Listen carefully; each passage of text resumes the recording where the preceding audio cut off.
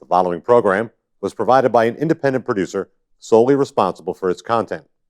The opinions expressed do not necessarily represent the views of this station, its staff, board of directors, or underwriters.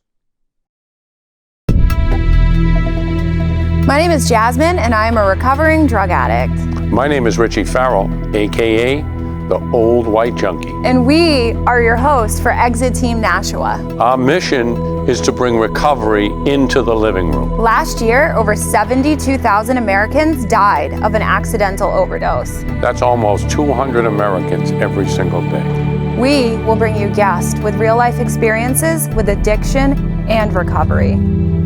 Welcome to Exit Team Nashua. Hi, welcome to Exit Team Nashua. My name is Jasmine, and I am your host. We are in studio today, shooting 4 shows.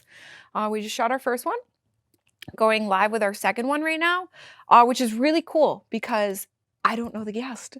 I have no idea what's going to come out of his mouth. Who knows? Let's hope he keeps it appropriate. So who are you? Where did you come from, and how did you get here?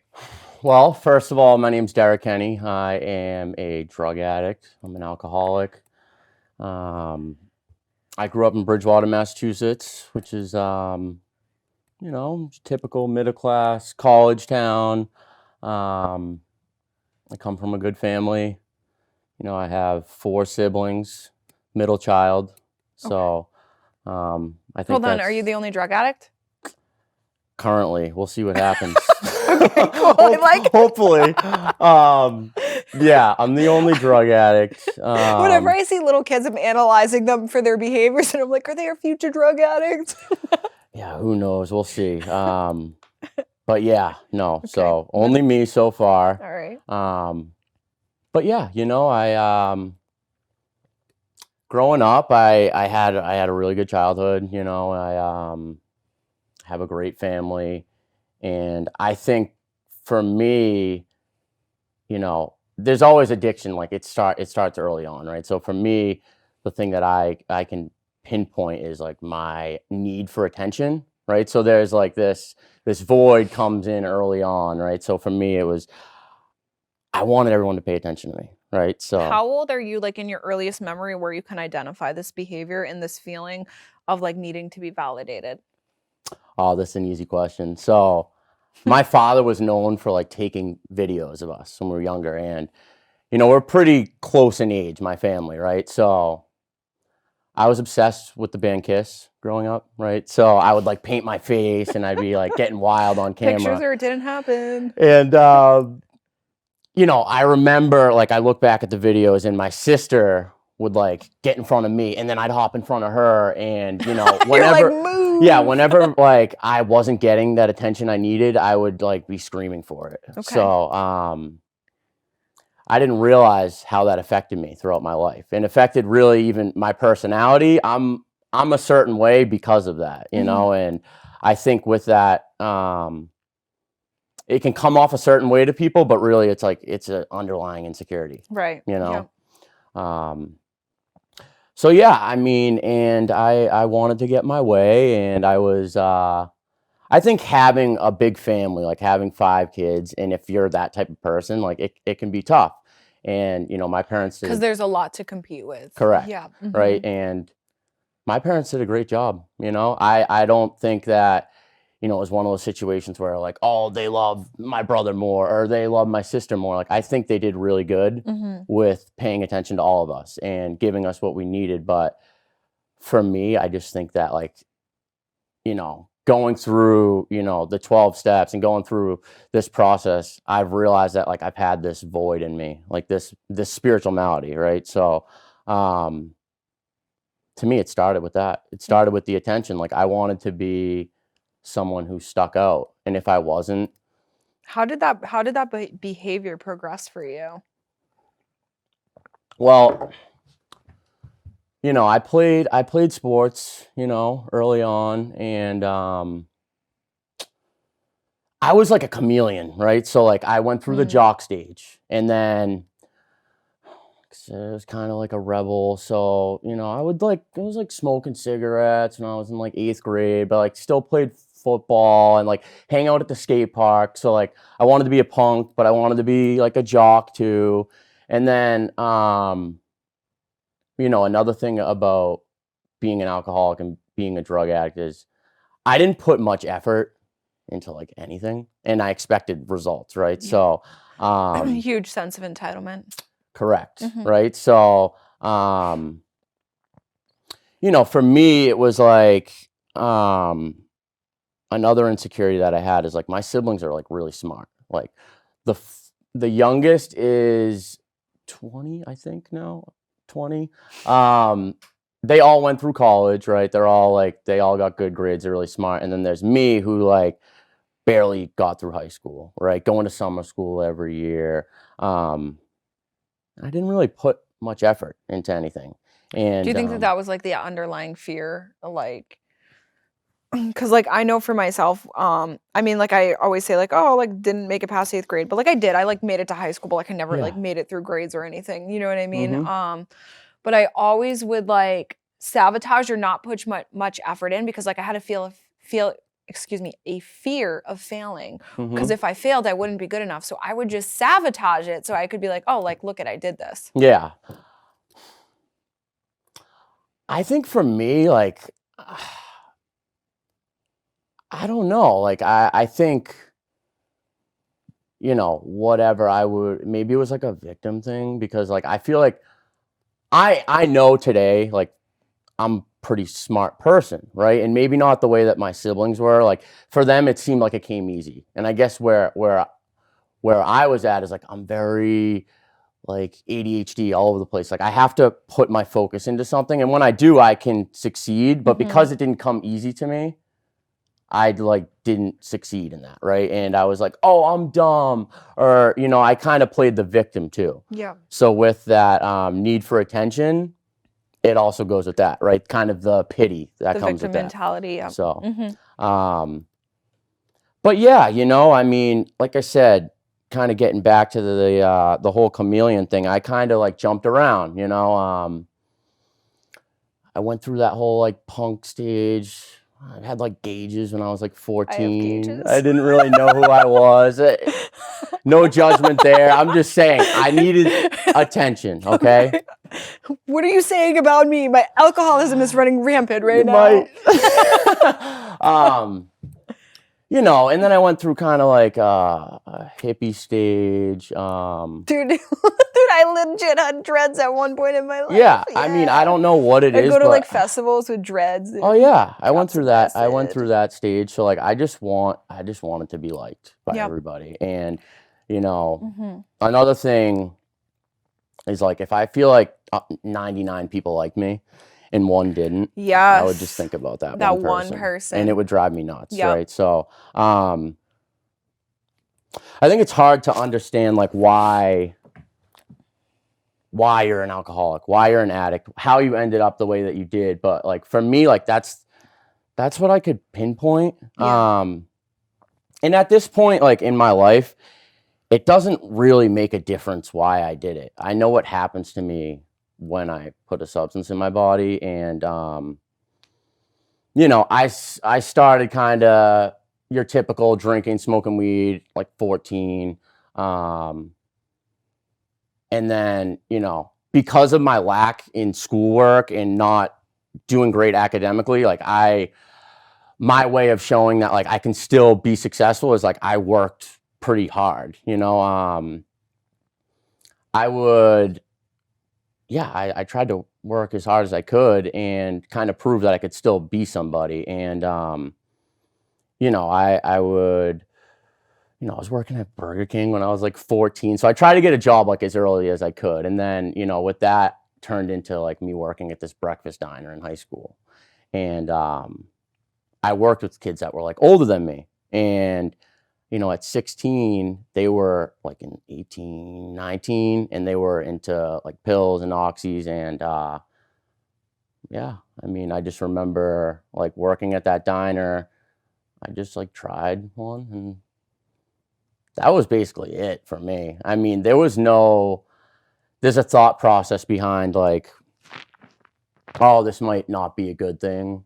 But I think once I did it, I don't know. I Yeah. just didn't really look back. So, you know, being somewhat self-sufficient even at that age, and you know, being from a family of 5, like my parents, they gave us what we needed, but they didn't spoil us. So I had to work to get what I wanted. And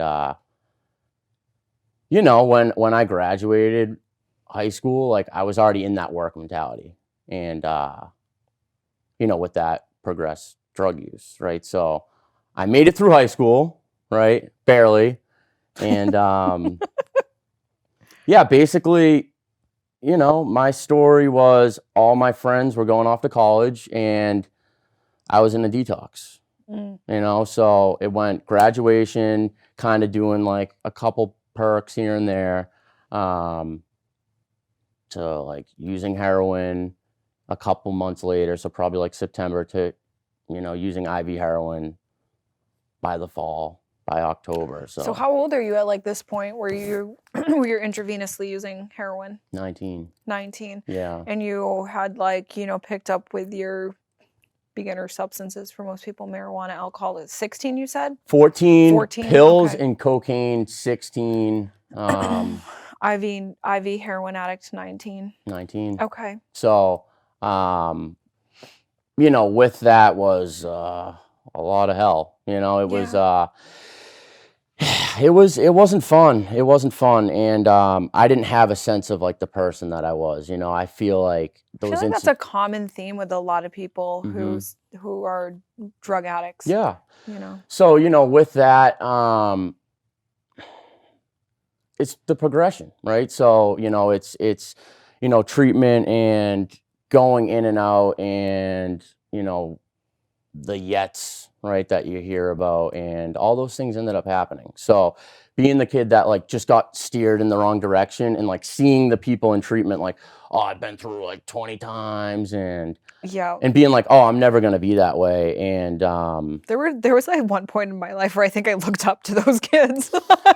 yeah, I mean, I was like, oh, dude, talk about being lost, because I did the same thing. Like I remember, and this is like stuff that I'll talk about when I'm working with other people, is like I didn't like care what my own father thought of me. Like this is where it got, like someone who was there for me my whole life, I didn't care what my father thought about me, yet like I'm trying to impress people that I'm in treatment with. Right, dude. It's pretty pathetic. I can totally identify. So yeah, I mean, it was basically, you know, graduated high school, and then for the next like 4, almost 5 years or so, I was just in and out of treatment, and I didn't know what the hell was wrong with me. I just could not stop using drugs, and you know what that is, the progression that comes with it. You know, so overdoses and dragging my family through hell. It's a nightmare. It's a nightmare. So yeah, I mean, that happened for a while, and there was no accountability. There was no awareness around the person that I was. So, so what was like the precipitating event that led up to you deciding to get clean? So I guess towards the end. So at this point, I'm 22 years old. I've been to like 20 treatment places. Wow. I don't even know how many times I was overdosing, and you know, I brought up my dad because he was like always there for me. Like this is before Narcan was like so prevalent. It wasn't like this household item that like you can just get anywhere now. Like my dad like revived me with his bare hands like multiple times. You know, how traumatic. Bear hugging me, like yeah, a lot of really heavy things that I put him through. And you know, I remember like he just wanted to help me so much. Like there was times where when I like went out, he didn't even want to call the cops, because like he didn't want to give like me a bad name. Like he didn't want, because like I said, Bridgewater, like everyone kind of like knows each other. And like when the ambulance are pulling in my house again, everyone's like, oh, like they're back at Derek's, like what's going on? And yeah, I guess my breakthrough moment was, so I got in some trouble, which comes with this, but I was on probation, and you know, I'd left another rehab, and I was going in to see my probation officer. And I like got high that day. This is the insanity. It's like I got high and then I walked in to see my probation officer. And I'm such a master manipulator that I go in and I'm like, yeah, everything's great. Like I just left treatment. I got this plan. I'm going to meetings, yada, yada, yada. And my father's sitting in there with me. And, you know, it's hard for families. And, you know, I've worked with families today and I realize like enabling is so, it's hard not to do. You love your kid. You don't know how to handle it. And, yeah, my dad like put his foot down and was like, look, like, you know, Dave, like he just got out of treatment again. He's been running around. He ran to the mall. He said he had to get a new phone. Like he's full of shit, basically. Excuse my language, but Well, now we can't even show the whole show. Good job. well, hopefully that was the first time. Just kidding. But basically what happened was, you know, he had me take, you know, a drug test. I couldn't pee because when you're on opiates, it's kind of hard to use the bathroom. Especially when you know you're going to be dirty. Yeah, exactly. So basically, he brought me up in front of the judge, and I got sent to jail. You know? Is this your first time going to jail? Yeah. So okay. I had And you like, were 22?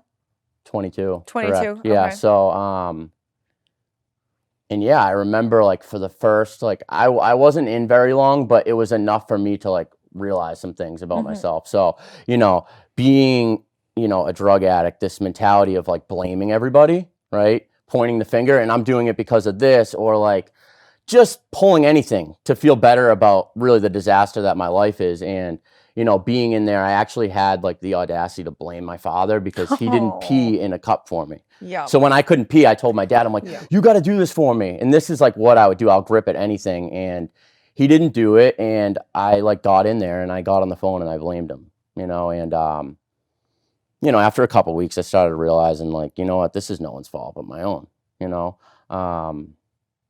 everything hit me. It was like that, the moment of clarity came in and I realized like, hey, this is no one's fault. This is all me. So, it's freeing though. There's something that's so freeing about that. Like when someone, and it went like even nowadays, like I will get so caught up in my whirlwind of delusion that I literally can't even see. And someone will come in and be like, hey, Jazz, X, Y, and Z. And A, like initially it's offensive, but then B, I'm like, holy cow, you're right. I need to like take immediate action around this. Yeah, absolutely. So, you know, what happened with me is they let me leave there to go to some other place. And, you know, I had tried like everything treatment wise. I tried seeing therapists. I tried every medication. Like I said, I'm like a spaz. So I was on Adderall. I was given methadone. I was given Suboxone. And just my story is like that. It didn't work for me. And basically like what happened is I got sent to a place and, you know, like half of the guys were on MATs and, you know, I made it like a week before like I started going down that road. So, you know, my last run, it wasn't heroin, it wasn't cocaine, which is, you know, really what brought me to my knees at the end. It was Suboxone.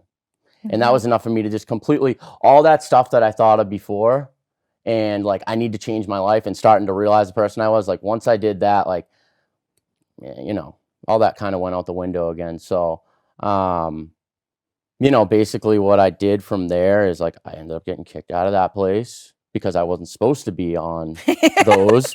And I was conning and getting people to give me them and trading pairs of shoes and doing whatever I could. It's a chaotic lifestyle. So, you know, basically where that led me was, well, I didn't want to go back to jail. So it's fear. It is fear, right? And, you know, I ended up running back off the treatment and, you know, I didn't look back when I went back in there. I mean, I went in there. First thing I did, I need to go to a residential again, which I'd already done multiple times. Got to that residential and then I told them like, yeah, I need to go somewhere for a long time. Like, my parents let me live with them. That was not working. You know, I didn't ever get the apartment life or anything before that. So, yeah, I went in, and I put my head down. I did what I had to do. And I just like listened to people. I was always like complaining, like, why do we have to do this? Or like, God, you're one of those. Oh, I sucked. I Yeah. sucked. I was the kid. I was the kid that, you know. I'm legitimately resentful at you sitting right here. Thank you. Thank you. I need that. It's good. It's part of my humility today. But yeah, I was the kid that, you know, I didn't want to be when I went to treatment that first time. I was a kid that only talked about drugs and like thought it was cool and completely lost my sense of self and had no Yeah. idea who I was. And you know, when I went in that last time, I was dead serious about this. I was done being this fake person with this false pride. And, you know, it ended up landing me in a, you know, a 12-step sober house. And best thing that ever happened to me. Best thing that ever happened to me. And you know, that process for me, it was so foreign to me because there was never any accountability. There was never any ownership for anything I did in my life.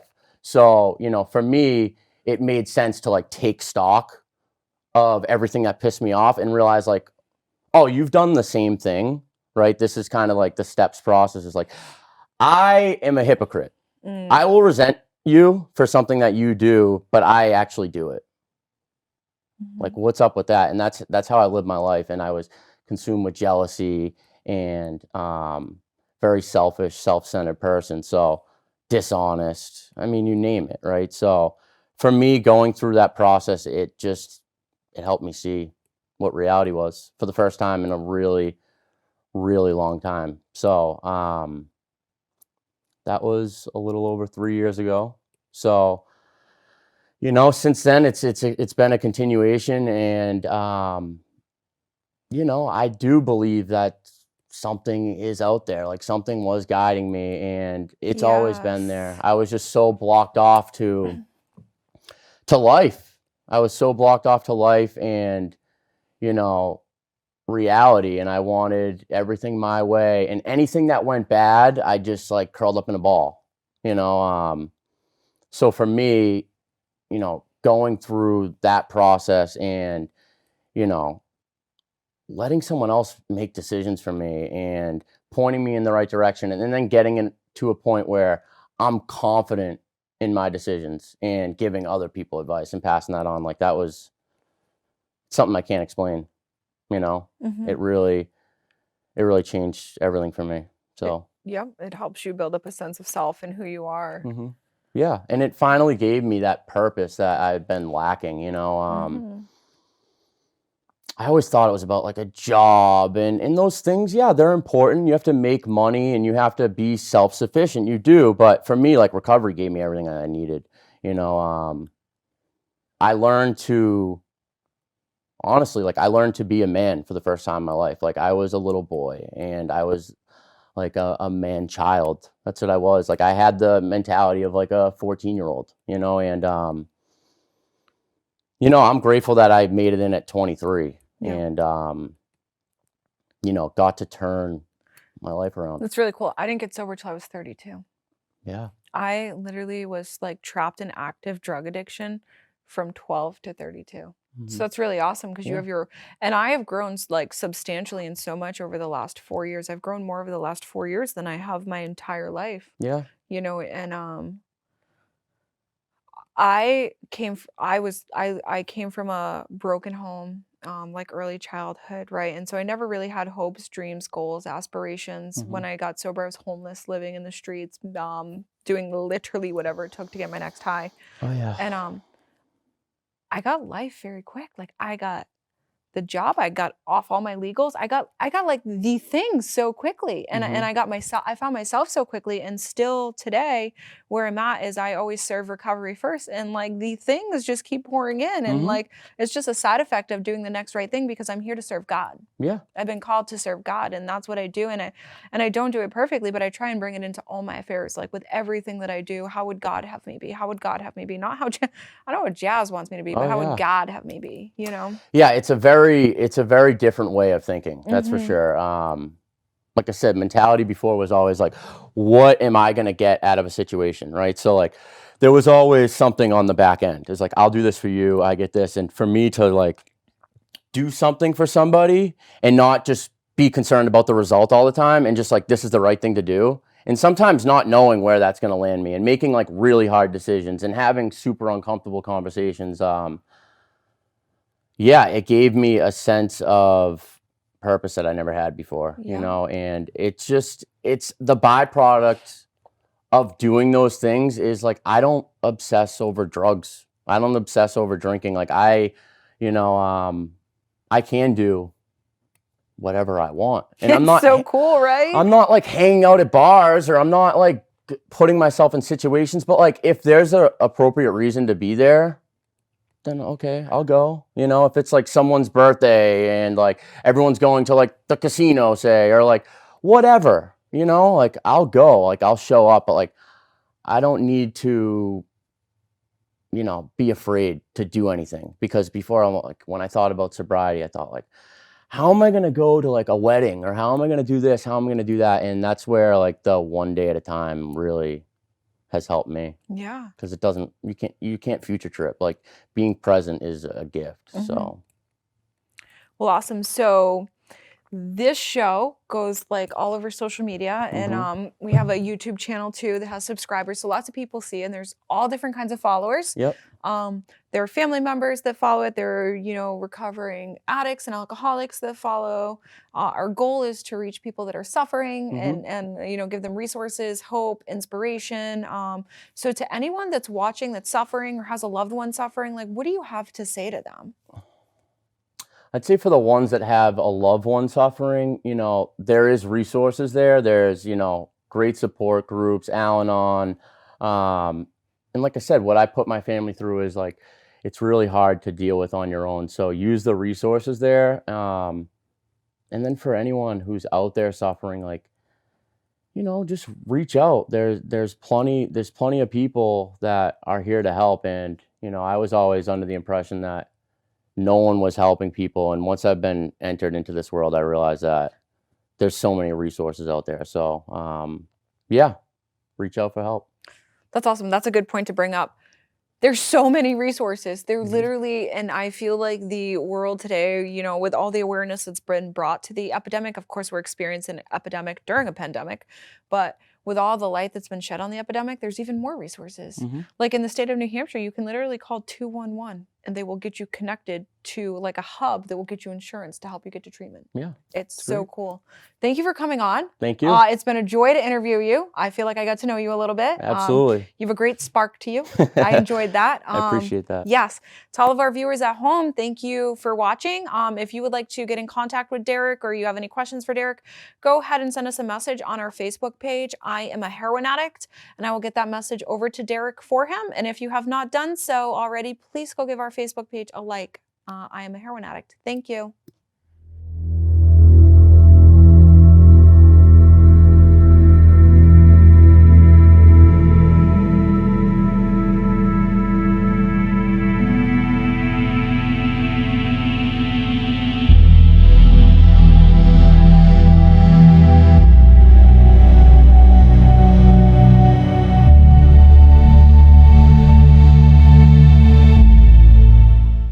The preceding program was provided by an independent producer solely responsible for its content.